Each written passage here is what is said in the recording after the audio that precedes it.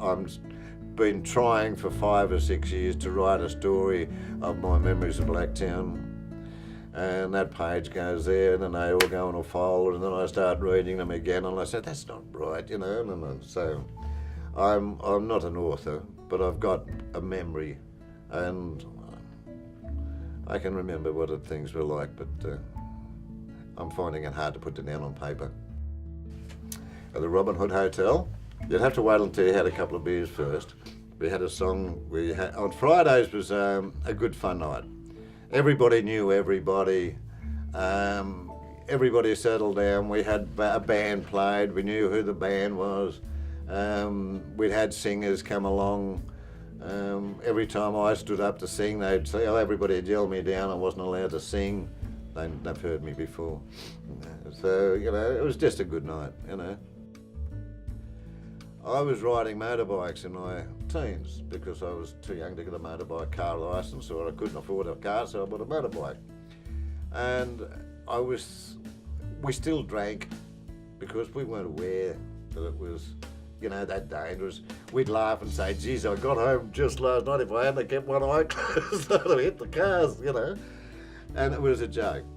We didn't realise that the road toll in the 50s was probably higher than the road toll today.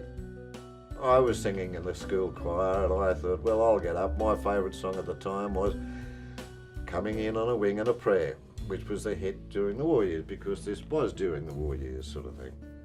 So I get up there dressed as a devil, holding my pitchfork, singing, coming in on a wing and a prayer.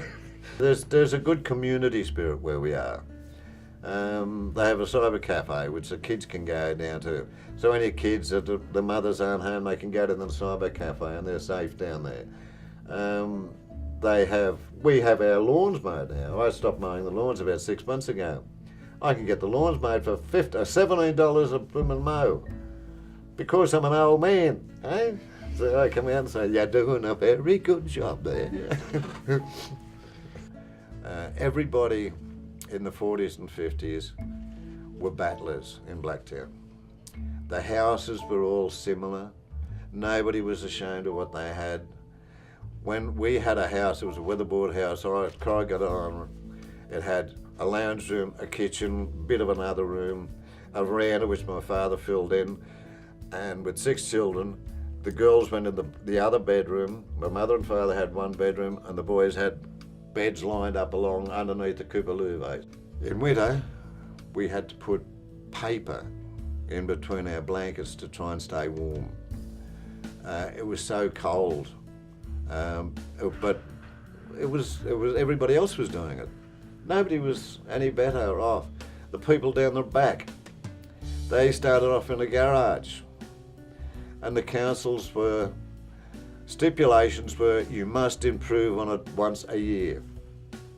So these people would build extensions onto this until they had a house. We had some Aboriginals down a little bit further. They used to put a new hut up every year, so they were allowed to stay there. They ended up with about 25 huts all over the place, and part of the family moved into a new hut, sort of, you know. But they were okay because they had a big block of land. It was cool.